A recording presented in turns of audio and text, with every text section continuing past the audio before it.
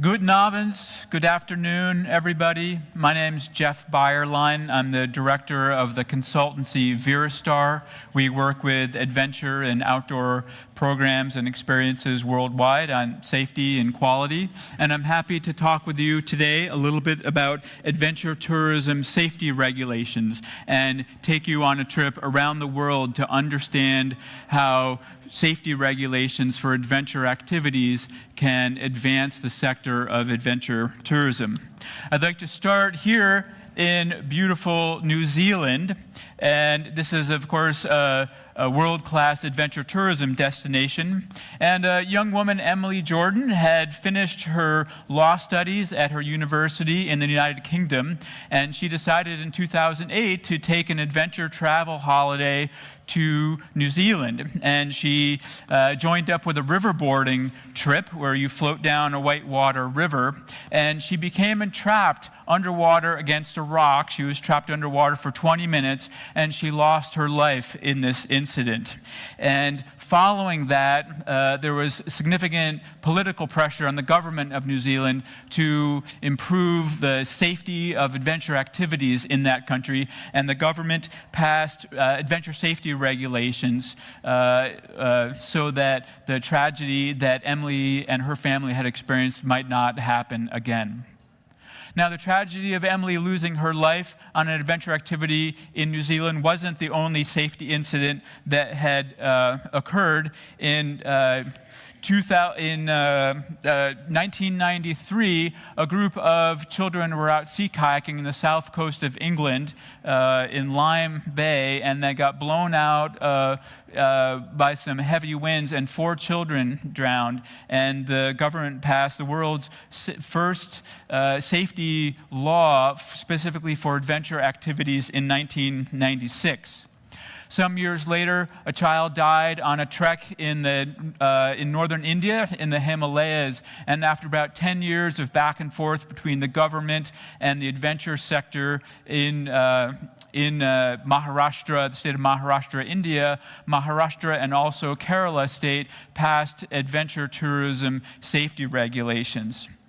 In Switzerland, 18 tourists and 3 guides drowned in a canyoneering flash flood in Saxenbach Gorge in 1999. And after many years of pressure, the government passed a law around adventure safety in that country. And then most recently, about a year and a half ago, in the Eastern European nation of Georgia, 2 paragliders had gone off of a cliff in Gudari in the Caucasus Mountains and had crashed against the base of the cliff. A helicopter with 8 of the country's best medical and rescue experts came in to rescue the paragliders. The tail rotor of the helicopter hit the cliff, and the helicopter crashed, killing everybody on board, and one of the paragliders died. This is the explosion here of the helicopter, killing all 8 rescuers. Following that terribly tragic incident and a national day of mourning, the government in Georgia became involved in developing adventure safety regulations in the nation of Georgia so that might not happen again.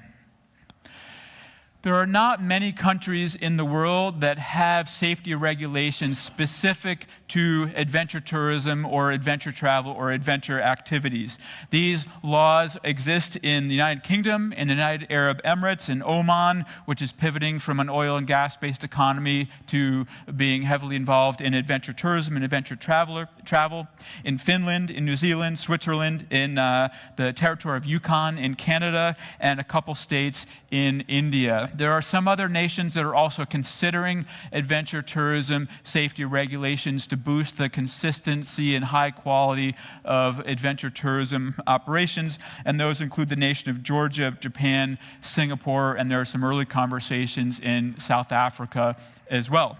And our consultancy has been involved in a number of these countries with facilitating some of these conversations to advance the quality and the safety of adventure activities through standards and through regulation where it's appropriate.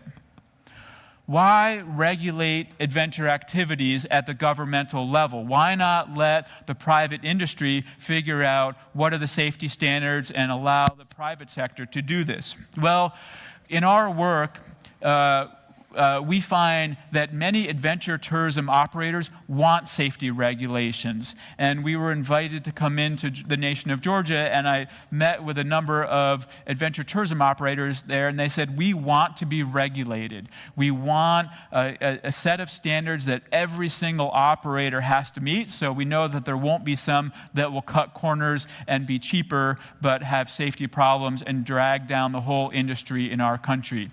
We were invited to talk with political representatives in Japan at the national and prefectural level by the adventure tourism sector in Japan, who said, we want regulations. This is going to improve the safety and the quality and the reputation of adventure tourism in Japan. And so we'd like you to come and talk about how this is done elsewhere in the world. When there's a regulatory system that helps ensure a fair playing field for all adventure tourism operators.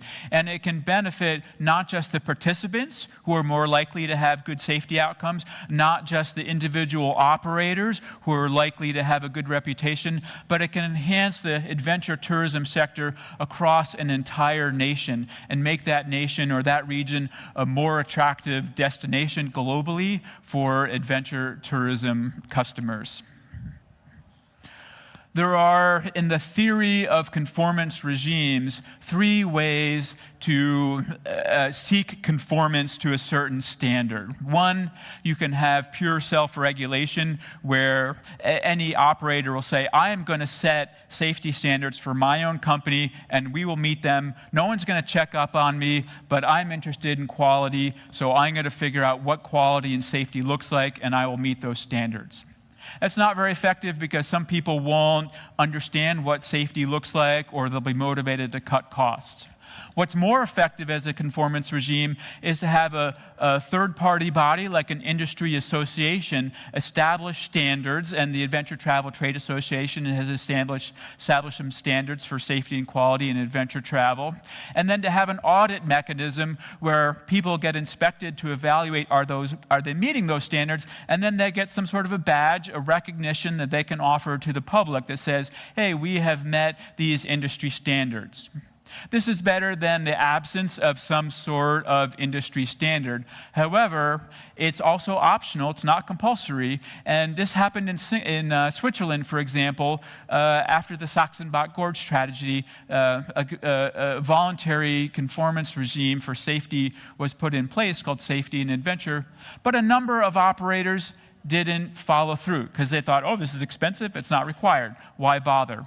And so after years of prodding, the government finally passed a law that said, okay, everybody has to meet this certain standard for adventure safety. And that's the most effective way to have quality and safety in adventure travel, when everyone is required to meet a reasonable standard that is developed by the private sector in collaboration with the government.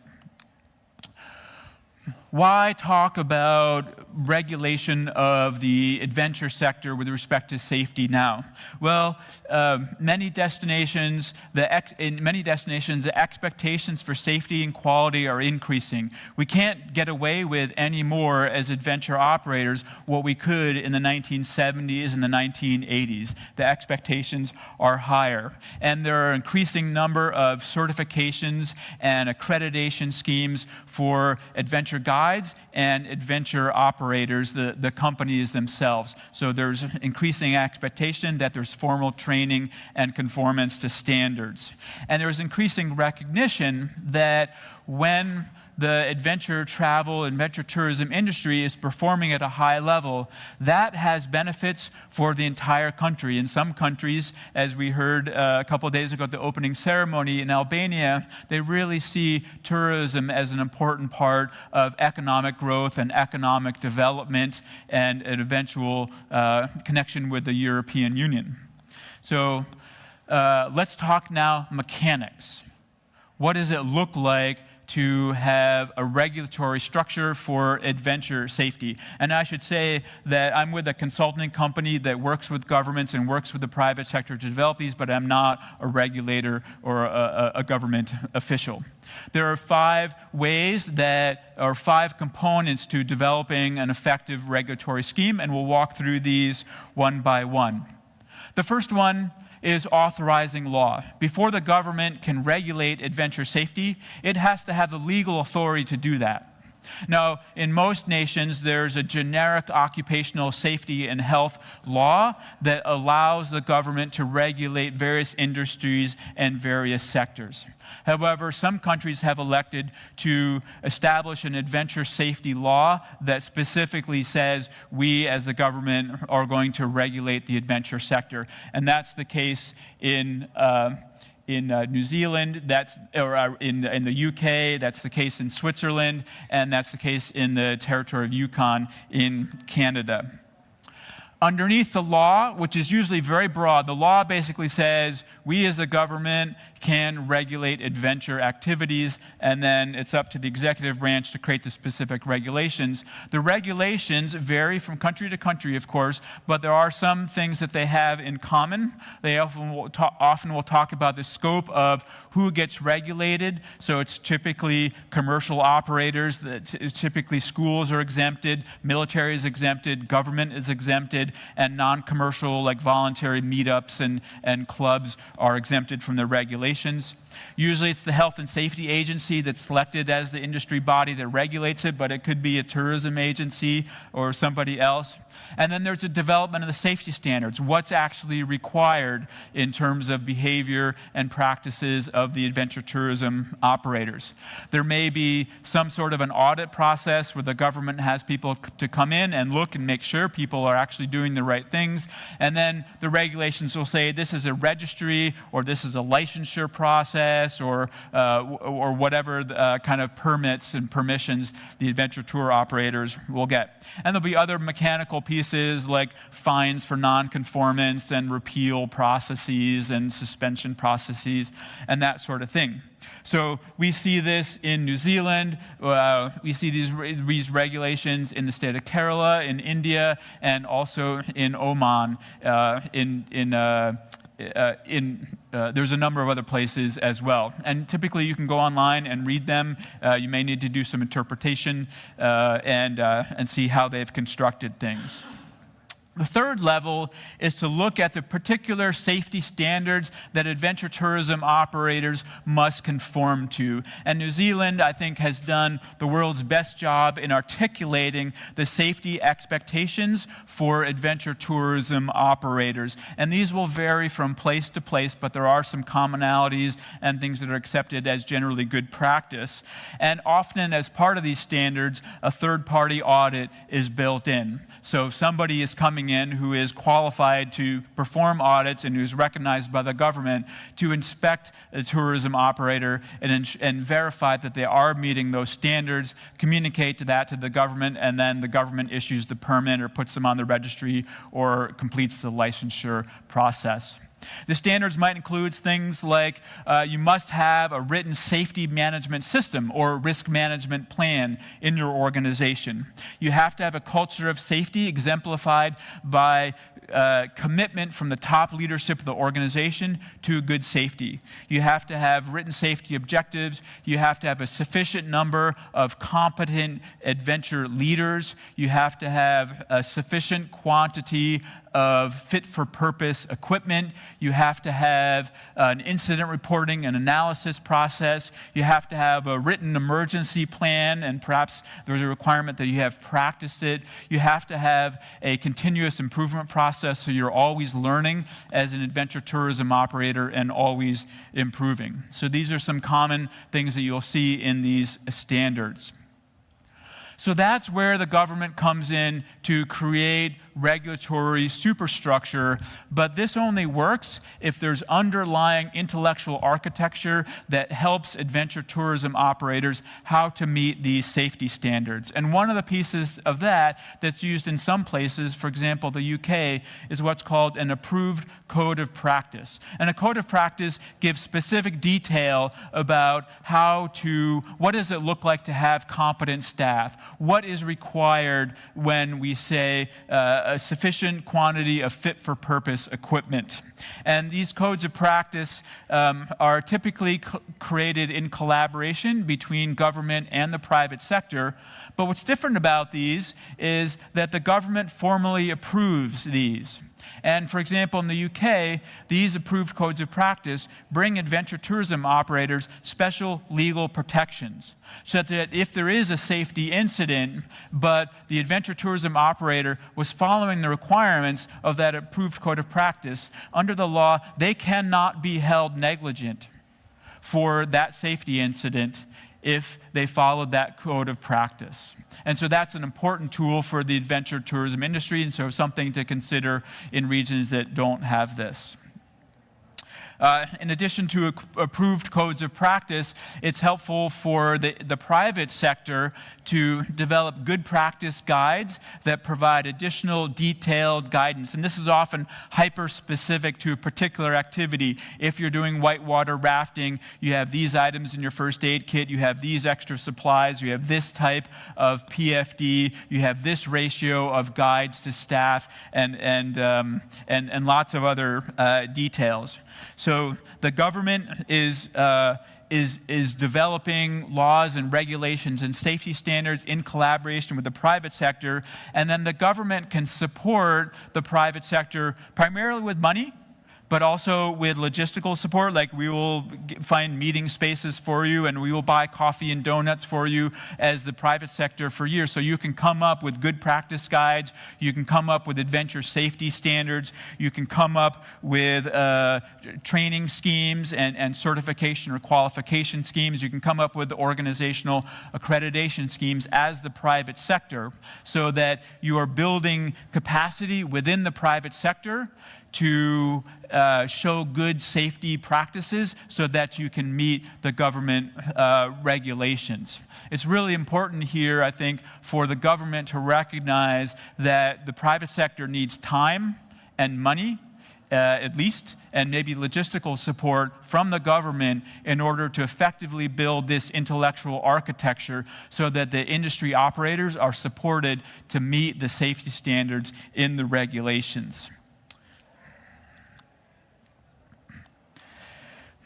So let's see, I think, so that's what I wanted to say about that. Those are the 5 pieces that can be generated to support quality adventure safety regulations, authorizing law and then more specific regulations underneath that. Some places have elected to create an approved code of practice. Singapore just published a few months ago an approved code of practice for outdoor adventure activities. And then it's important for the government to support the private sector with developing good practice guides, adventure safety standards, training schemes for individual operators, and other sorts of support so that the industry has the resources to meet the new safety requirements under the regulations. Australia has been working on adventure safety standards for some years, driven by the difficulty in obtaining insurance for adventure operators in that country. And originally, Australia has states that have a fair amount of power and autonomy. Originally, adventure safety standards on a voluntary basis were developed state by state. This quickly became a problem. It was recognized when adventure tourism operators moved across state lines. And so the government paid the private sector for some years to sit together and come up with one national standard for the whole country. And so if you're in a larger country with states or provinces, it's generally better to have one unitary system for the whole country so that adventure tourism operators that are moving from place to place don't have a patchwork of regulations. when we came into the nation of Georgia to draft adventure tourism safety regulations for high-risk adventure activities there, one of the things that I talked about with my team there was how much time should we give different adventure tourism operators in the country, mountaineering, rafting, zip line, and so on, time to meet these regulations. 1 year, 3 years, 5 years, 10 years, and we had these discussions about it and talked with the adventure operators, how long would it take you, and that sort of thing. In New Zealand, as I recall, the government created regulations and then gave the adventure tourism industry 1 year to meet those regulations. 10 years in, the government looked around and saw that a lot of people had not met those regulations. They hadn't written their safety management systems. They didn't have a continuous improvement process in place. They didn't have a written emergency plan. They didn't have all the stuff. The government was faced with potentially shutting down the entire adventure tourism sector, or most of it, in the country. They didn't want that, so the government rushed to hire a bunch of consultants to work individually with adventure tourism operators in New Zealand, so in 2 months from now, they would be able to meet the standards when the regulations came in force. And to this day, there are some in New Zealand who are bitter about how the government failed to provide enough time and enough intellectual support or really money so that the sector could develop examples and templates and training materials and resources so that adventure tourism operators could understand how to meet the new standards. In Georgia, we ended up mostly saying 3 to 5 years. Georgia is not a high-income country like New Zealand. We wanted to give people plenty of time, but we felt like 10 years was a little bit too long. We wanted to move more quickly. And as I mentioned before, I think it's really important for government involvement to be robust throughout this process and to provide financial and other support to the private sector to help them build training schools and training schemes and written safety standards and so on, so that it's not a great burden to meet the safety standards. In Georgia, there's a adventure tourism school being built and expanded in Gudari high in the Caucasus Mountains, where there are training classes to help people become qualified adventure guides, and the government is in support of this. So this is one approach, and every nation, every territory is different, and so how regulations can be developed in any given country can really vary. So it's good to pay attention to the individual circumstances in any country and adapt what we've been talking about here to the particular conditions in any region that's considering this. And again, to have the government provide support in terms of money, consultants or guides to help adventure tourism operators understand how to meet the standards, that's really important. This is not for everybody. Adventure tourism regulation is not the right thing for every country all at once. It's important to think about, is this the right time? Is our industry ready for this? And is the government prepared to do this? Developing regulations is hard. You want adventure safety regulations to be rigorous enough to actually improve safety outcomes, right? But you don't want them so burdensome that people actually can't meet them and they go out of business and they do something else. There's a really fine balance in terms of regulatory development. It requires governments that have low levels of corruption and high levels of effectiveness and competence. And not every government at any given time is at the right place to do that. And it takes money and it takes time, and people want the benefits of regulation, but they don't like to be told what to do. And it's sort of an oxymoron. And so a lot of government agencies, they would rather not regulate the adventure sector because it's sort of a headache. You're going to get yelled at no matter what you do. And so this tends to work well when the government is effective and good at developing regulations and is able to develop a collaborative, cooperative relationship with the private sector so that both parties are coming together to develop common sense, effective regulations that are rigorous enough to make a difference, but not overly burdensome. When we think about kind of the big picture with adventure safety regulation, I think it can be useful to recognize that when the industry has safety standards that are thoughtfully developed in collaboration with specialists from the adventure tourism sector who really know the various activities, but also government authorities who understand what regulation is like and how to design regulatory regimes and which government agency is going to do the regulation and what are the civil or criminal penalties for nonconformance and what's the time frame to roll this out. When all this happens well, it elevates the entire adventure tourism sector in the territory or the country. When it doesn't happen well, it can be very difficult. In India, for example, after the girl died on a trek in the Himalayas, her family sued the government in the High Court in Mumbai and said, "We're not looking for money. This is a public interest lawsuit, but we are suing you to demand that you regulate the adventure tourism industry." And the government said, okay, we will create some regulations. They rolled out these regulations, and the adventure tourism sector in Maharashtra in Western India said, this is crazy. We cannot meet these things, no way. And the and the adventure sector sued the government and said, this is crazy.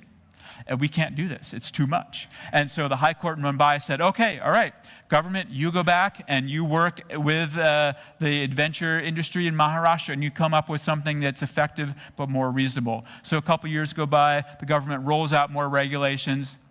The adventure sector sues again, says, nope, this is too much, impossible, too rigorous for us, we cannot do it. They went back and forth for 10 years. And in 2021, there was a government decree that said, okay, here are the regulations. And the adventure sector said, okay, after 10 years of back and forth, we don't love this, but it's okay, and we can live with it. And so finally, after more than 10 years of work, there are adventure tourism regulations in Maharashtra.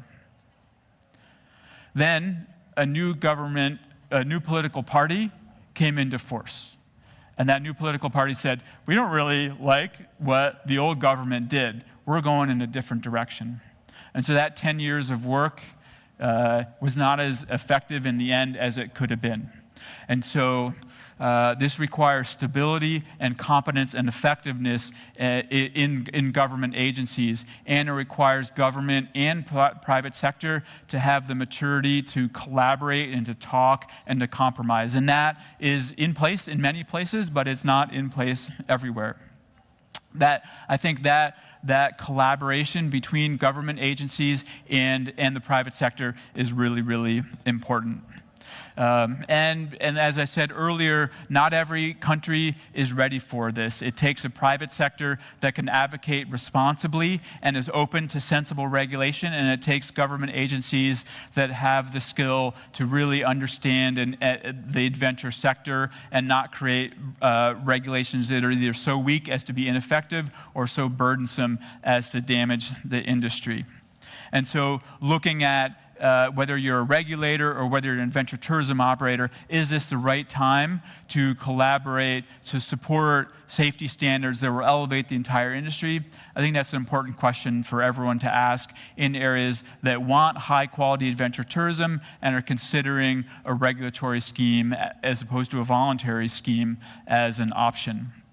And you are not alone. There are many other countries that have gone through this. Oman, New Zealand, the UK back in the 1990s, Switzerland, many other countries have done this, and so there's an opportunity to collaborate with other countries. And New Zealand in particular has been a great resource and a role model for Oman, for Georgia, and for others. And when we're talking with government bodies about this, and we're working on things, we reach out to WorkSafe in New Zealand and encourage others to do that, to understand how things have worked there. If you are interested in more information about this, this was a lightning tour of a big topic, put together about a 3-page document that has links to various sets of adventure laws and adventure regulations, as well as articles and other information on regulatory regimes and how good regulation can improve the adventure tourism sector and elevate the reputation, not just of an individual operator, but the attractiveness of an entire region or entire nation as a wonderful destination for adventure tourism. So you can click that, you can go to that link or look at the QR code and nerd out on all kinds of extra regulatory details if you'd like. So those are a few thoughts about the benefits and the mechanics of applying adventure safety regulation to advance the quality and the safety and the effectiveness and the reputation of the adventure tourism sector in any given jurisdiction. Thanks very much, and we have a few minutes for questions.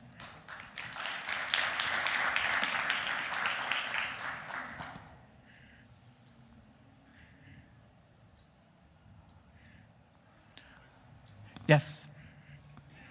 You did mention that it can take several years. So in your experience with the destinations that you have worked with, that we're already ready to take that step. Thank you very much. So I just back up a little bit. Based on your experience with the destinations you've worked with, that we're already ready to take this step to work on their policies, how long did it take you to make it a law? It really depends partly on political pressure. In Switzerland, the Sachsenbach Gorge tragedy was in 1999, and the government said, we don't want to regulate you. You do your own thing. And so the private sector came up with this voluntary scheme, and then more people kept dying, and the government kept getting pressure. And so it was more than 10 years before the government said, okay, we will create an act on high-risk adventure activities.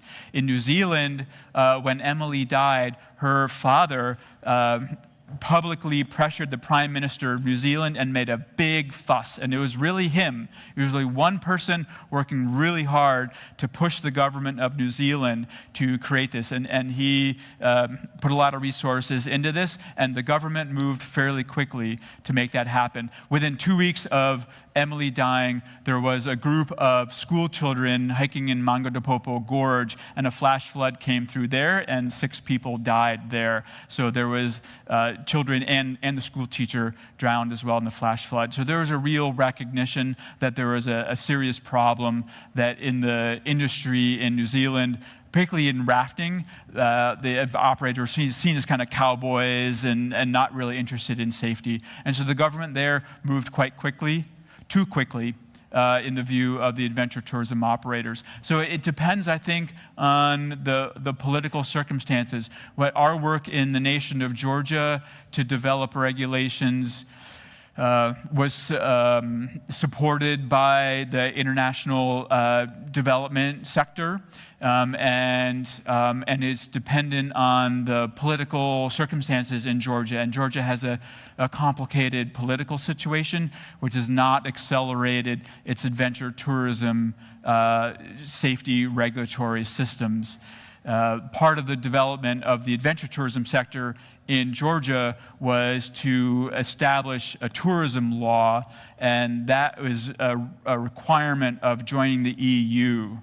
And so the question of Georgia joining the EU is a very complicated political question. And so the development of adventure tourism regulation got entangled in those pan-European politics. And so it's unclear when things will be resolved there.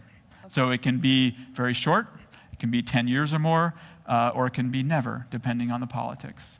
And in that case, so a follow-up question. Do you accompany the destination through the whole process? It depends on the situation. The support that we got came from an international development entity in the USA, where I live, and that entity has experienced some political challenges in recent weeks. And so whether that work will continue is an open question, and if and when and how.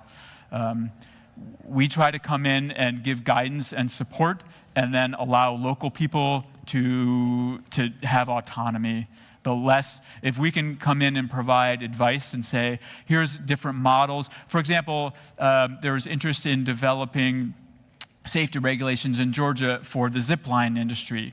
And there are different safety schemes for zip lines. There's EN 15567, which is a European norm for zip line operations and installation and operations. There's the Association for Challenge Course Technology has a more strict guideline. South Africa has a guide. So we looked at all these different models of, okay, what's the regulatory standard for zip lines that we want in Georgia? And we went with EN 15567 because it's the European norm, and Georgia was trying to move in that direction, and it was the easier norm. It was easier than some of these other stricter standards. So we came in and we said, based on our experience of looking at these standards around the world, this is the one that we regulate, and then so that got put in the report and the draft regulations, but then it was over to Parliament and the GNTA, the Georgia National Tourism Administration, to make the final decision, and we backed out. Okay. Thank you. You're welcome.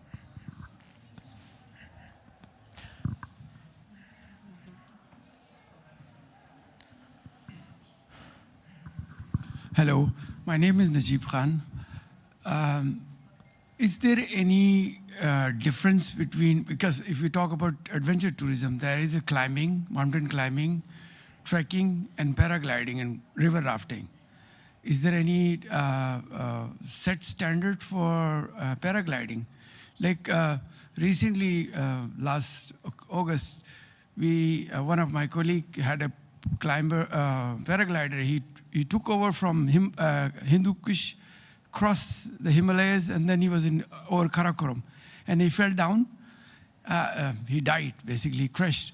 So the tour operator is still behind the bars because the consent were taken from the, paragliding, you're climbing over, basically you're flying over 7,000 meter peaks in between. But I'm here, it's very interesting. I would like to get back to you after this talk.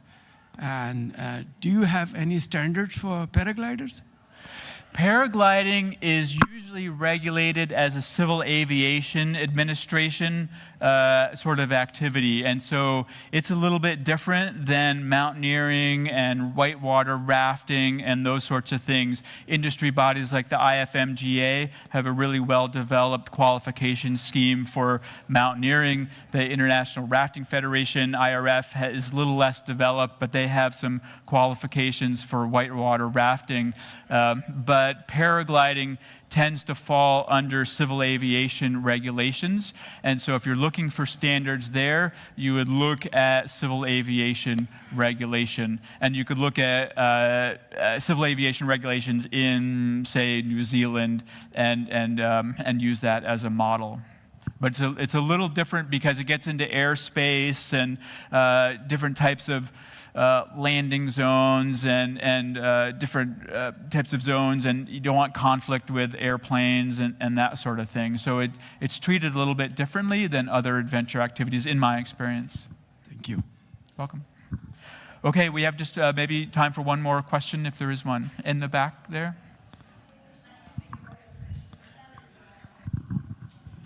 Thank you. My name is William. I'm from Kenya. Have you considered engaging the UNWTO as regards their standards for protection for the ICPT? Because if it can be enhanced through that system, maybe it can form a sort of generic a policy for the other countries to adopt. Just my thoughts. We're affiliate members of the WTO, and I'm a big fan of what the World Tourism Organization is doing at the UN. I think they're a great venue for sharing good practice, but I don't have enough connections there to know exactly what their role and interest in engagement might be, but I think you have some good thoughts, and thank you for sharing them. We're just about out of time here, so again, thank you very much for your time and attention.